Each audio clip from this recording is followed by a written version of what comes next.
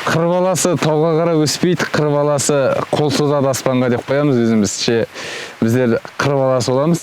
Өзім батыстан болғасын далада өстік, қырда мынандай тауды Алматыға келіп көрдік. Енді бір мотивация қатысты бір әңгіме айткым келіп тұр.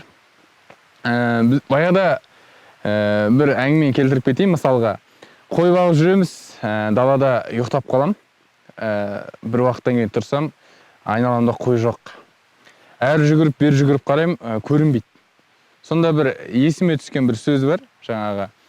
Қой мен ешкі желге қарсы жүреді екен.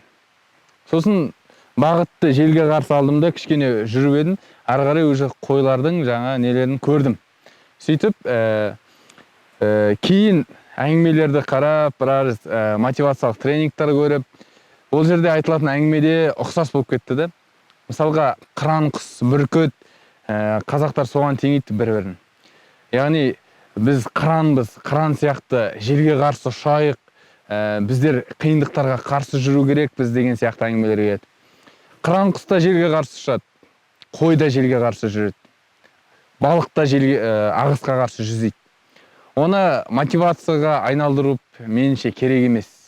Мотивация ол 1-2-3 күн әрі кетсе тұрады, адамның ойында, жан дүниесінде, одан кейін сөніп қаласын. Өшпейтін бір керемет мотивация бар. Барлықтарыңызға кеңес берем. Ол жалғыз мотивация, ол сіздің отбасыңыз.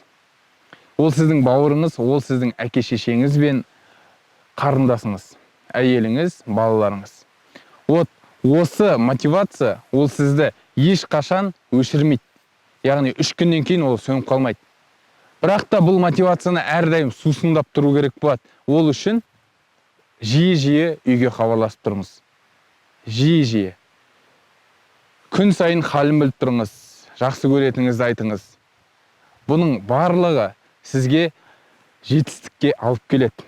Өзіме тәжірибе жүзінде тексеріп көрдім. Өте керемет кеңес сіздерге ұсынам. Үйге хабарласып тұрыңыздар.